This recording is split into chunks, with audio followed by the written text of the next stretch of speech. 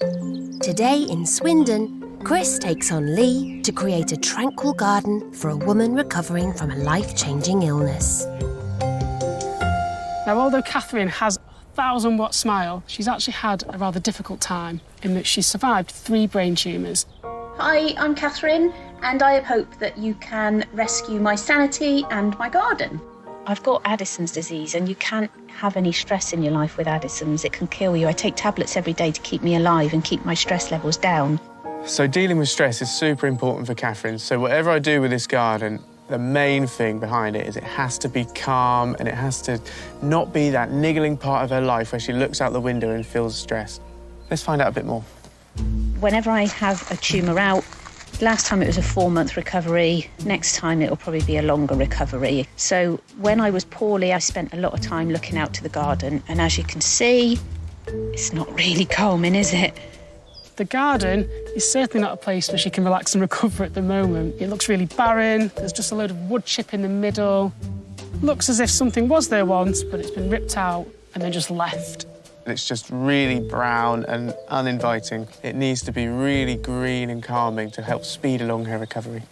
There's just sand and plastic balls that won't disintegrate, and there's a little bit of shingle and some more sand. It's a complete mess, so definitely need to address that. So I do my exercises with battle ropes, and it's currently round a gas thing. So that makes sense, but I'm sure there's a nicer way to incorporate that into the garden. The things that I'd like from the garden are a patio area, somewhere that I can just sit and enjoy, just relax. I'd love to create a little oasis just near that back door for Catherine so she can step outside and instantly be transformed. Somewhere that I can work out as well with my battle ropes, and also some plants. Catherine lives with her partner Anthony, so a garden that gives them a space to share would be ideal. Somewhere that I can have the pizza oven and perhaps the barbecue as well, so that we can enjoy that more often. OK, so I love bits of the garden like this. If we do make it covered, they could leave their stuff outside all year. I think it'd be perfect. This is probably the favourite bit of the garden. It's an original Victorian wall, and the house was built in 1900. So that is probably the one thing I love. And that chimney pot is from my chimney too, so it's authentic original. So Catherine and Anthony really want to tie in those period features of the 1900s property. And I do love a good 1900s feature garden. I want to enjoy this area and the fresh air and the blue sky, and just be able to have somewhere to relax while I get better, because it's still a long road ahead. The budget, it's 3,000. It's quite a tight budget, but this garden is quite narrow, so there's a lot we can do with that space, especially with some clever material choices and good plant selection. There's loads of potential in this garden, especially with the 1900s house. I can't wait to get my pencils out for this one. Back in Swindon, Right, Lynn, Catherine has been sent the designer's pictures. here we go. Let's have a look. Catherine, I've designed you a garden space that's going to bring you a perfect mix of sanctuary and relaxation, but also a bit of high energy so that you can work on those battle ropes. Wow, look at the colour. Catherine, this is your garden, battle ropes and barbecue hopes. Now, I know you wanted a garden that gave you somewhere to look out onto that was green and lush and calming. I know you needed somewhere for barbecuing, and I know you needed somewhere to exercise on those battle ropes. So, I think this garden does that for you. Well, it's like 3 separate rooms. Both designers have been paying close attention to the brief, but pictures are one on the detail. So, what have they got planned near the house? Catherine, the first area of the garden is specifically for you. And this is a sanctuary area where you can rest, recharge and recover after your operation. So you only have to take a few steps, and then you're going to be surrounded in this really private area with a multi-stemmed tree, some gorgeous scented herbaceous perennials. I've taken inspiration from your 1900s house, and this patio uses a reclaimed brick edge. I'm also using some really neat grey slate pavers that's going to contrast well against that red brick. Oh, the reclaimed brick. Oh, that's going to look lovely. I'd be happy with just that, I think. So these are your double doors here, and they lead out onto a brand new patio where you can just be close to the house and chill out. I decided to use new paving in the centre, but frame it with a picture frame of reclaimed bricks, which kind of ties in with the nice existing wall you've got on the boundary. Oh, we've got the reclaimed brick again. But what I've also done is I've fixed this kind of area here where at the moment you've got a bit of sand and a bit of gravel and a bit of concrete. I've just simplified it. I've run a big gravel strip down there to the existing patio down the bottom. Then we've got a nice band of planting that runs around the edge and this massive planting bed here. It's quite similar, but a different colour slab underneath. So that's something to consider. It appears both designers have similar concepts, providing new patios with a nod to the 1900s and plenty of calming planting. So, what's their vision for the central area? As we move through the garden, we're going to have a change onto the gravel, which underfoot will give you a different, distinct feeling, like you're moving somewhere else. The second area also uses that 1900s style, but this is where the action's going to happen. I've used these 4 timber posts as areas where you can hook your battle ropes over and then take out some of that excess energy and work out in the centre of the garden. When you're not using the ropes, they're going to provide a real beautiful focal point when you have guests or visitors around.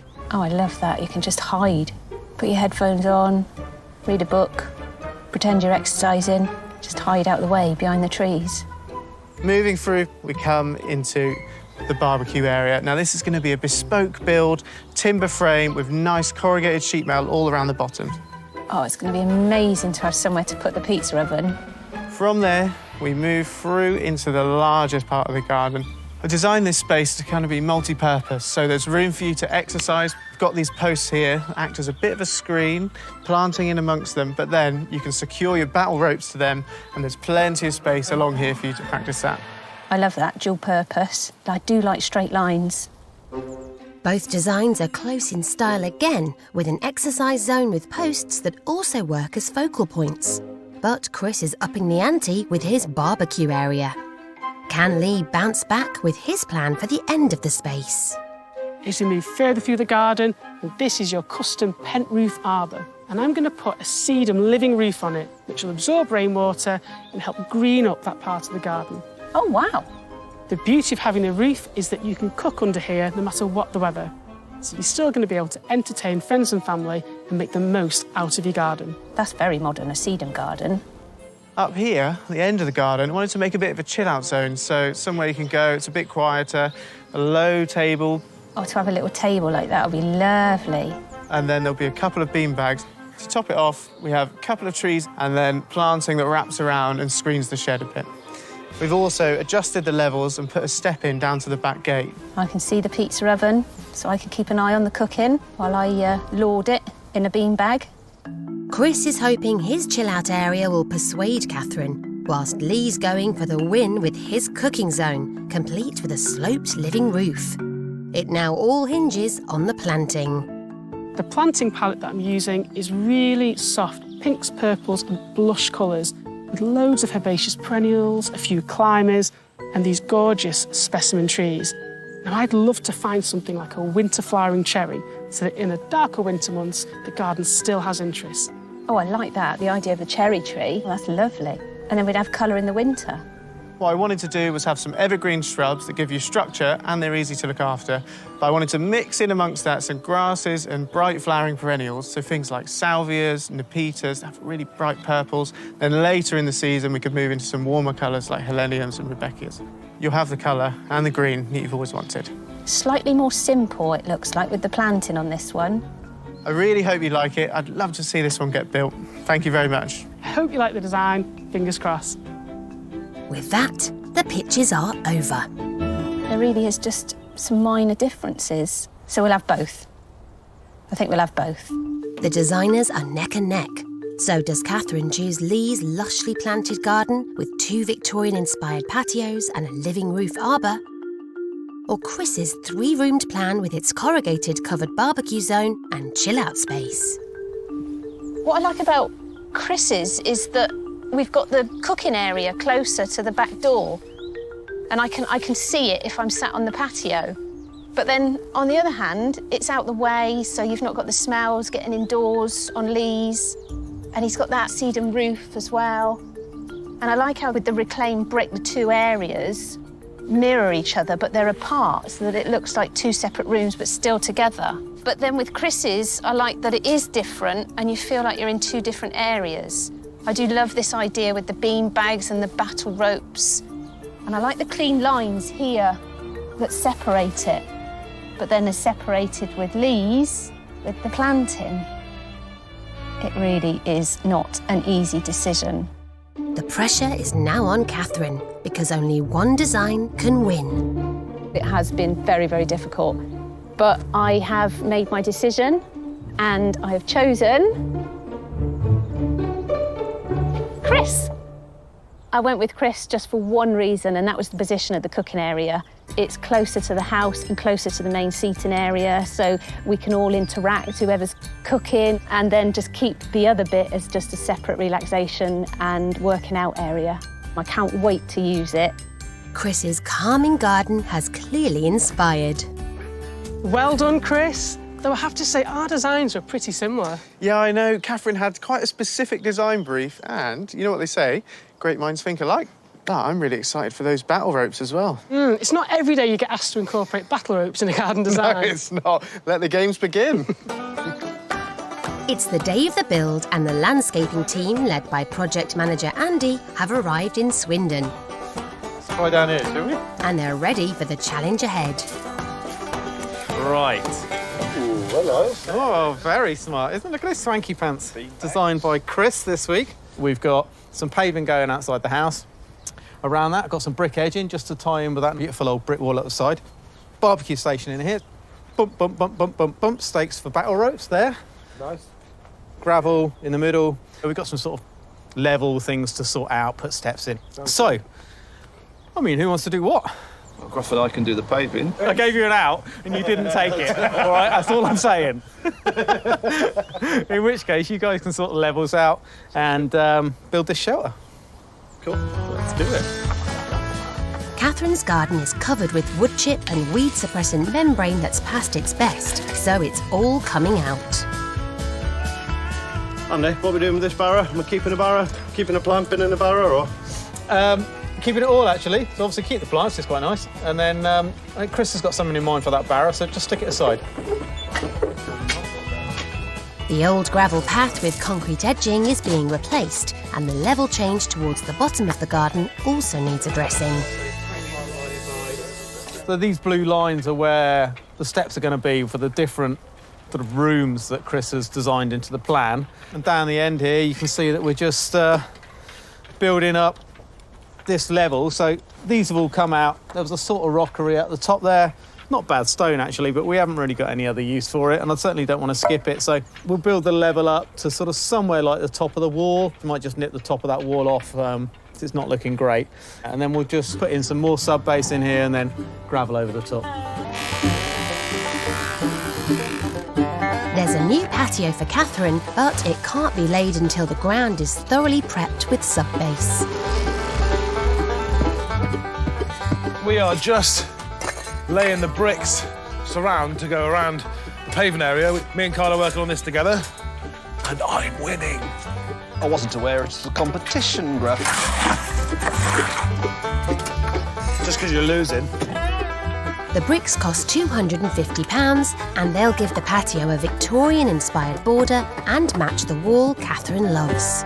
We finished these two edges, more or less. Well, I've finished. Gruff's sort of still doing his. I don't see a drain on your side of the bricks there, Kyle, actually.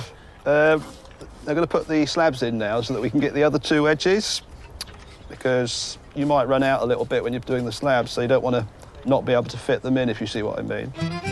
Chris has chosen sleek sandstone pavers that cost more than £380. Combined with the bricks, that's a fifth of the budget. But the patio will have a fashionable old meets new look when finished. Just digging these holes for Catherine. So she's got the battle ropes that she's been using a gas canister. So we're going to make something slightly safer. So in Chris's design, we've got these 6 uprights that we're going to attach the battle ropes to, get them off the ground, and make it all a bit more of an enjoyable experience for Catherine. The holes are around a foot deep, so when the posts are cemented in place, they'll be strong enough to take the battle rope punishment. The hard landscaping is progressing on schedule.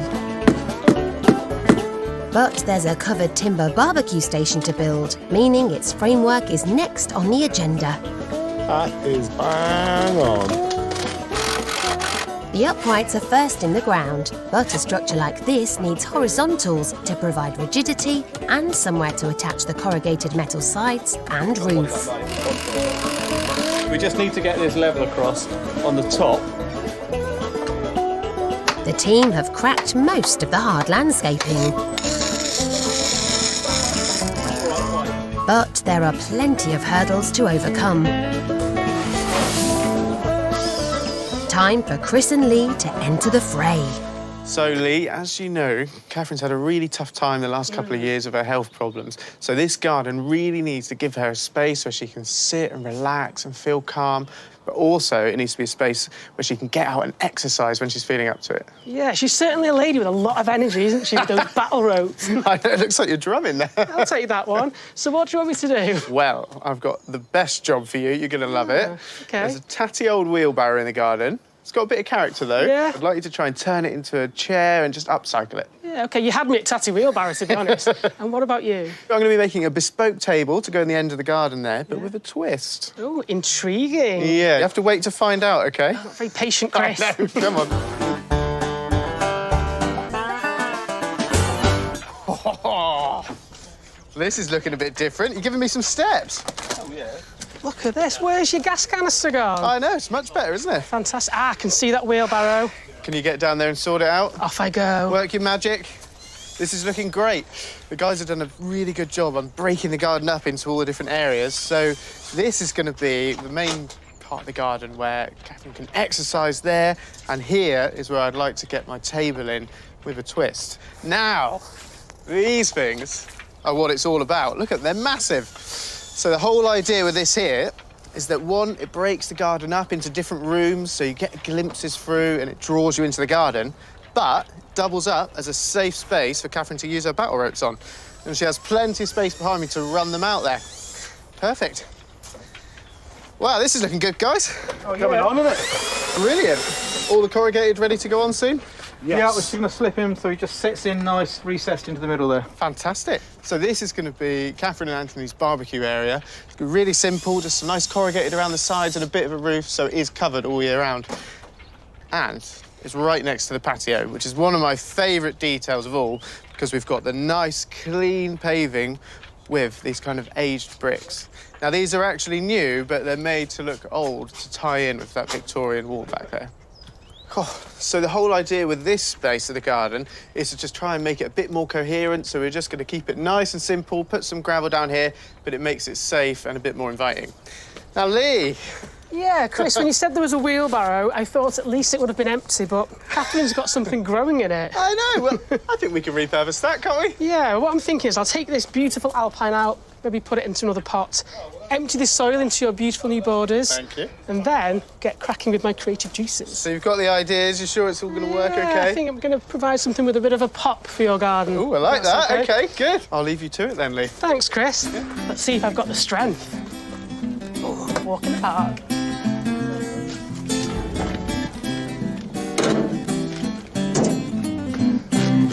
So Chris has tasked me with turning this into a comfortable seat. And to look at it, you probably think, how on earth are you going to do this? You quite often see people in the garden, especially in the landscaping business, using wheelbarrows as seats on the lunch break. You just tip it up like that, plonk yourself in, and you can have a quick 5 minutes. But that's not good enough for Catherine. She deserves more. So what I'm thinking about doing with this is to give it a good clean, because it's full of compost and a bit of rust. But I want to paint it a really bright colour. And I'm thinking something like a vibrant blue that's going to pop off those red bricks. So I'm going to give it a paint, but it also needs to be a bit more comfortable. So I'm thinking maybe I'll crack open the sewing kit and make Catherine 2 bright yellow cushions that can sit in here. So when it's sat back like that, she can take a perch in this wheelbarrow, probably after using those battle ropes, and just take 5 minutes in the garden. And I think this is going to be a really quirky touch, and hopefully I do Chris proud. Back in the garden, as the steps take shape, the barbecue structure is ready for the next stage. Just measuring out for this corrugated tin. We're trying to just slip it in so it fits inside that frame. I just think it will look nice and neat like that. The corrugated steel cost a budget-friendly £72, and it'll give the shelter a quirky industrial feel as well as offer protection from the elements. But it's the slanted roof that could prove tricky to fit. We're just testing this water on the roof. The issue is that this shelter had to go quite far back, so what I don't want is the runoff to go into the neighbours, because you're not allowed to run off into a neighbour's property. It's not polite. So we're holding this board up here, and I'm just going to sprinkle some water on. It's raining now. I want it to drop off between our side of the fence, but I don't want it to come back into the shelter either. I reckon that's pretty good. The piece of timber acts as a barrier, forcing the water to stay on the right side of the fence, but its angle has to be just so. We do it kind of flush with the top. Yeah. The water comes off and drops, and then that'll be low enough that that bit of splash won't happen. Fine. Back on. Love it. Great, well that seems to work. Sort of goes down the gap.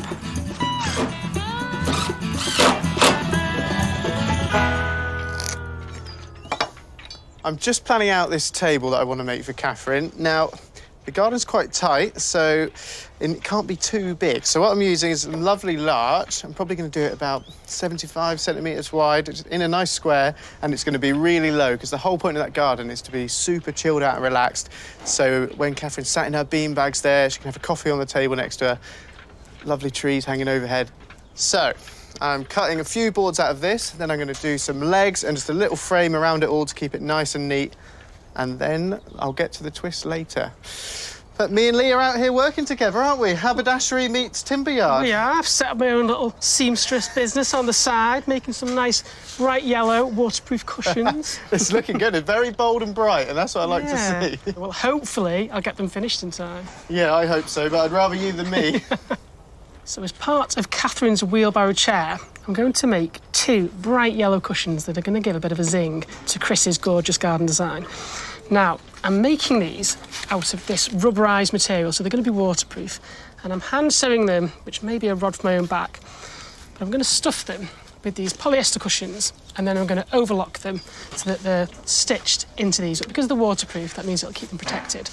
And then what I'm thinking I'll do is, with the 2 cushions, I'm going to put them into the wheelbarrow, so when you tip it up, you can sit in there, and it's a bit more comfortable than just sitting on the bare metal. I'm using a really tough upholsterer's needle. The rubber-coated fabric cost a reasonable £7.50 a metre. I've just put the final stitch into this cushion, so I've been stitching it inside out, and the reason why I've done that is I'm going to reverse it so that the inside edge is hidden. Now, I've only stitched 3 sides, and the reason for that is I need to have a pocket to get the cushion into. It's time for the big reveal. I'm going to take out the tacks, and fingers crossed, it looks neat on the other side. So it's a bit like turning an envelope or a pillowcase inside out, and it's going to reveal the proper side. So there's one corner. There's another corner. Start to see it take shape. There we go, I don't think that looks too bad. What I'm going to do next is put the cushion in, and then, for a real wow, I'm going to use this baby blue that matches the same colour as the wheelbarrow to do an overlock stitch. So the overlock stitch is going to stitch over that edge, meaning that the cushion is held inside. But it's just a nice bit of detail, because you'll have the hidden seam here, and then the visible overlocked baby blue stitch on the bottom. There are various types of overlock stitch best performed using a sewing machine, but a single thread one like this is far easier by hand and still creates a good seal and decorative finish. So this bit is the real detail. It's probably going to take me as long to do this one side as it has all 3. But if I do it correctly, you'll see that you get this really neat overlock stitch in a baby blue, and it's going to pop both with the yellow and also match the wheelbarrow. So it's really nice if you can add details like that to parts of the garden. It just helps bring a bit of cohesion. God, that's looking really good, to be Oh, honest. thanks, Chris. Yeah, it's been quite nice just sat here in the shade, Oh, yeah. Just getting my sew on, yeah. Really calm in the shade. I love it, actually. I'm quite jealous. Yeah, well, sometimes it's nice just to get stuck in the details for a couple of hours. And unwind. Yeah.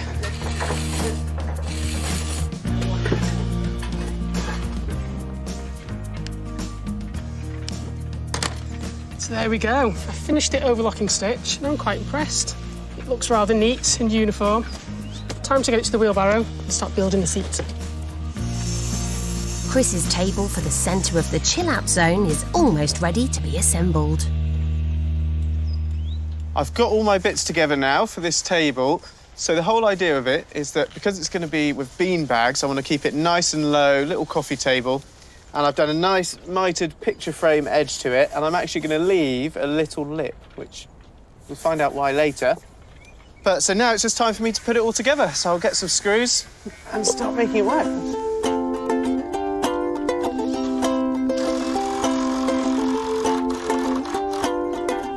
That's looking all right, Lee.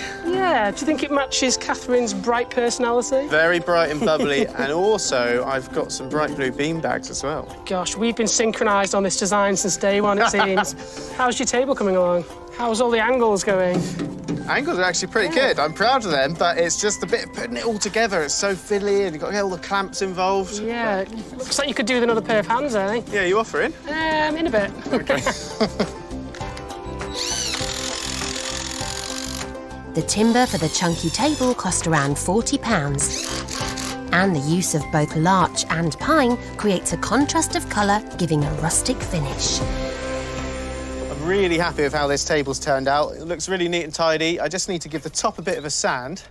But now I'm ready for the special piece of the puzzle. I want to put a game of solitaire on top, which I'm going to use this log for, just to give somewhere where Catherine can go and sit and relax, whether it's on her own, and just play a nice, gentle thinking game. Now, I've got this lovely log here that's all sanded and smooth, and then I'm going to use a countersinking bit on the drill just to get all the holes marked out and in place, ready for these ball bearings. And then it will sit pride of place in the middle of the table. How about that? Not to be confused with the card game, this version of solitaire is called peg solitaire, and it can be traced back to France more than 320 years ago to the court of Louis XIV.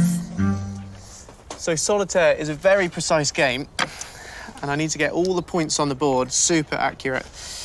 Now, you're essentially playing against yourself. It's a solo game, and the aim, a bit like drafts, is to take the pieces so you're left with one ball in the middle. And there's loads of different ways to get to that point, but you've got to be strategic and beat the game.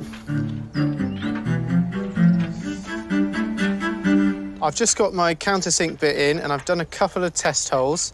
So I'm going to do a very shallow recess, just enough for the ball to sit in, and it's going to look really clean and soft. Everything's marked out, so time for the first hole.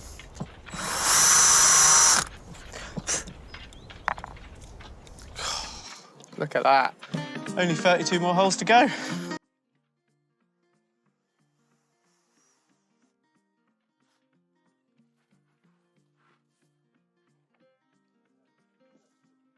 The plants are here and they're looking beautiful. Chris has spent £850 on an array of perennials, trees, grasses and shrubs.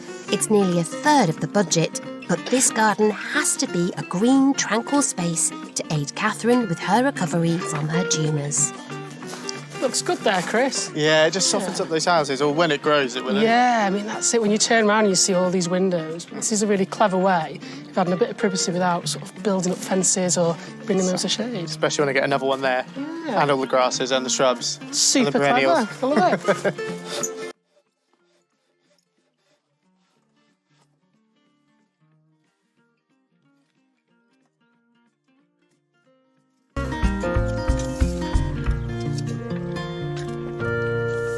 So I'm planting this Pittosporum tenuifolium. Now, it's one of the bigger shrubs of the garden, but it gives architectural impact and fills this dark corner.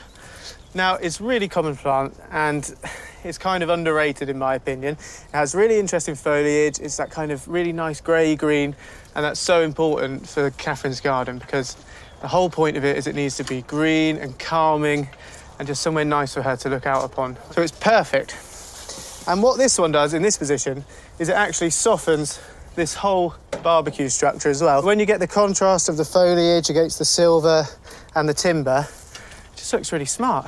And that combined with all the light, fluffy flowers in front, the verbena, the calaminthera and the ferns, it's going to look fabulous.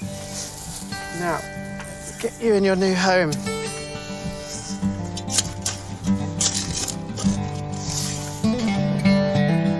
Chris's design places an emphasis on a green palette, but there are injections of colour too.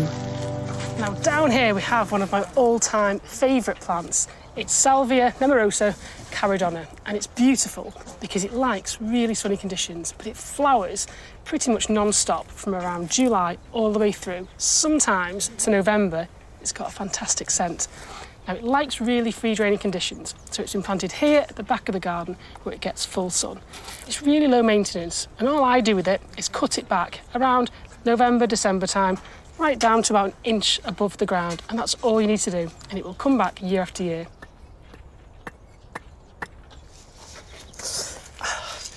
This is one of the most important areas of the garden for Catherine, and it's one of my favourites, because when she's not feeling so well and she wants to sit out on this lovely new patio and look out across a sea of green and lovely calming blues and whites, and I have included a few pops of yellow as well to tie in with Lee's lovely wheelbarrow. I'm planting Agastache Blue Fortune. Now this has these massive fluffy blue flower heads and they're really good for pollinators, so all the birds and butterflies and bees will love this.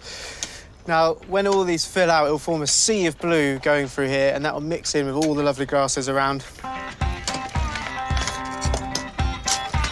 The planting's just about finished, but there's one specimen left over from the old garden that's ready for a new home. So we don't like throwing stuff away, and you may recognise this because this is a little alpine that I liberated from Catherine's wheelbarrow before I turned it into a chair. She also had these chimney pots lying around, so rather than just discard them or stick them in a corner, I popped it in a little pot and put it in there, and I just think it softens it and it kind of gives Catherine a nod to the garden before and how much Chris has transformed. Oh, I mean, this is just fabulous. It's a tiny garden, but look what you've done. You've created these different zones, and it's just totally chilled out. I'm really pleased with it. Yeah. It is, like you say, it's a small space. It's been quite narrow, but it doesn't feel like it anymore, does it? No. And I think Catherine's going to like it because she does have that space to relax and look over all the lush planting. But she's got the battle ropes. Exactly, so you can either chill out or she can get all that enthusiasm and energy into this part of the garden, work out. And, actually, one of the most funky elements of the garden is barbecue shack. It's cool, inspired because you can cook no matter what the weather. You've made this incredible table. So, do you think she's going to like it? I think she's going to absolutely love it. I can't wait to see her reaction. Does that mean I have to get up and go and get her? I'm afraid so. Come on, we'll do it together.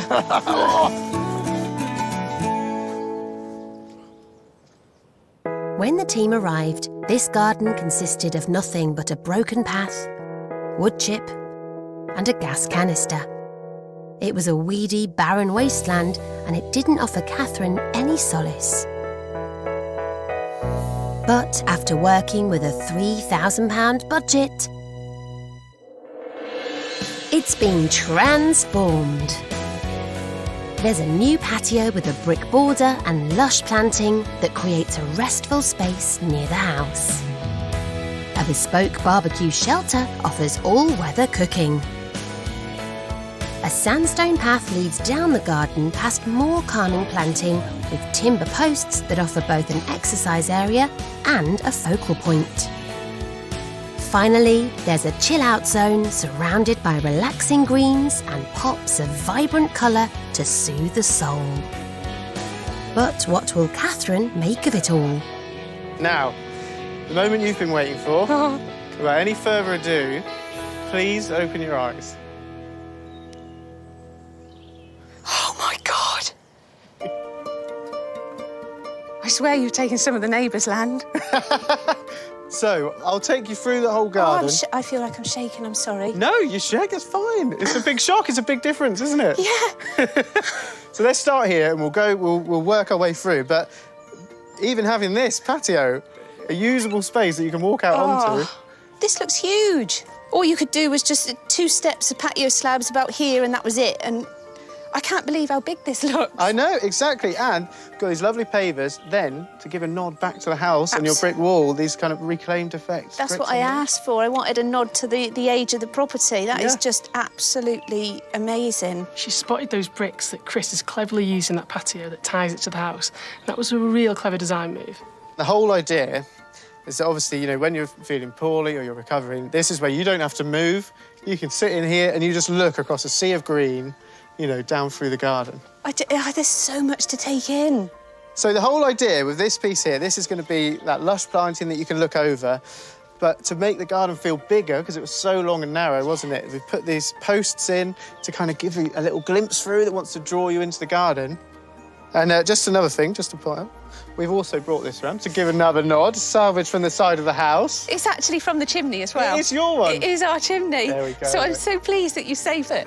OK, well, why don't we take a walk down into the kind of middle section of the garden? Thank you. Take a step down into the barbecue area. Quirky, isn't it? Look how big it is. We can have the pizza oven in there as well. That's the whole reason behind it. What's so it's this? covered. Corrugated sheet metal is just really quirky. And I it's love something it. people don't have, you know? No. It's just... And it just blends in as well. Exactly. I love it. And on the other side, when the plants pop against it, you get all these kind of moving parts. Yeah.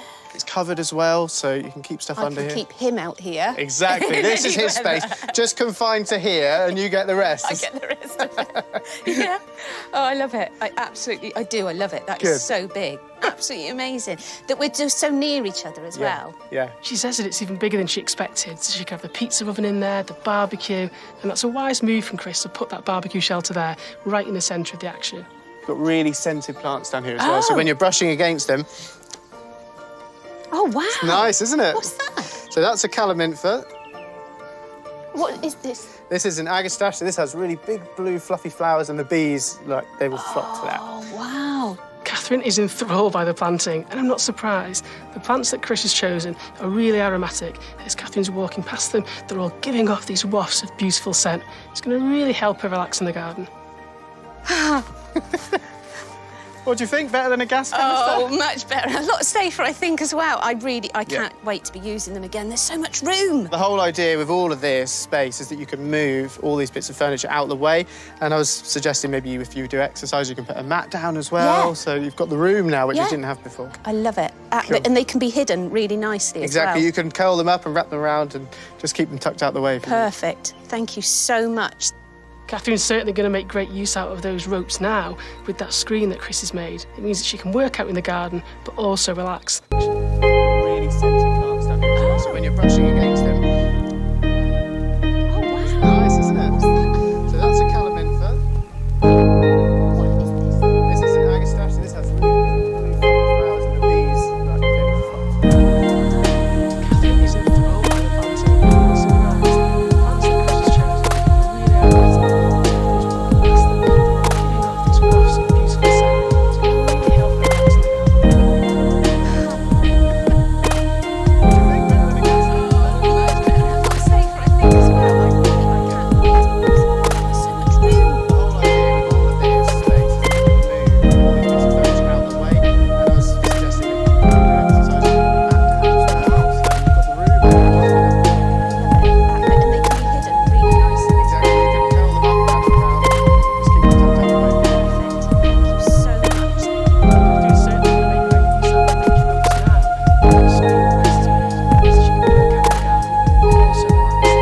Now, this is the kind of final room of the garden, and Lee has spent some time making you a very special gift. Do you recognise it? Was it my wheelbarrow? It is, the one and No only. way! That is amazing. So, it doubles up as a bit of a seat. He even stitched these cushion covers for you. He didn't. He did. Rather him than me, because I'm no good at that. And you can just sit in there, park your bum on that one, and lean back in, and it's a really good little Oh, I seat. love it. It's a bit of fun, and the colours tie in with the planting, the bean bags, and the yellow flowers up there. Absolutely. And I really love the colours as well. Yeah. I really do. It's subtle all around, but this brings the right pop. It's clever that Chris has used that colour in the beanbags and the rest of the planting because it really brings the garden together. And then this leads us on to kind of one of the final areas. I love this. Where did you get it from? So I made this one myself. We just drilled out these little holes and bought some steel balls to go in there. It's simple, isn't it? Oh, well, you say it's simple. Oh, I love it. It's a really nice touch, that, from Chris, to give her something that she can just relax and play with in the garden. I can't wait to sit in one of these. Try it out. Go on. I'll join you, actually. I think I've earned it. Oh, wow. Oh, you're just supported, aren't you? I know, that's the bit on the And back. then this is the right height, like you said, for my wine, Beer. pizza. Oh, that'd be lovely, wouldn't it? Yeah. And the thing is, you know, if you want to catch a bit of shade, you can catch a bit of sun, and you can pull this up and just play a game of solitaire. Cheat at solitaire.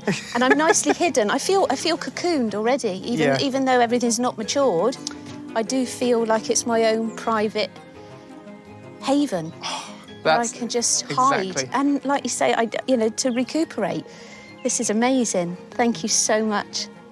Chris has made really clever design decisions in this garden by giving Catherine different zones for how she wants to use it. She can spill straight out of the house and relax, or she can use the battle ropes, or she can let her partner cook her a nice meal on that barbecue while she relaxes at the back of the garden. This is a really fantastic design. This means so much to me. I'm currently getting over the surgery I've just had, and there's a chance that I may need some more very soon. So to just be able to sit and have some clean air, it is going to really aid my recovery and change my life. It's amazing. I'm overwhelmed. Thank you so much.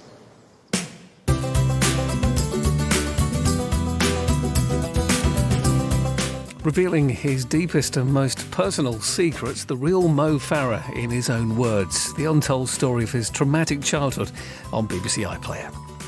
Next here, today's Antiques road trip in search of profits in the potteries.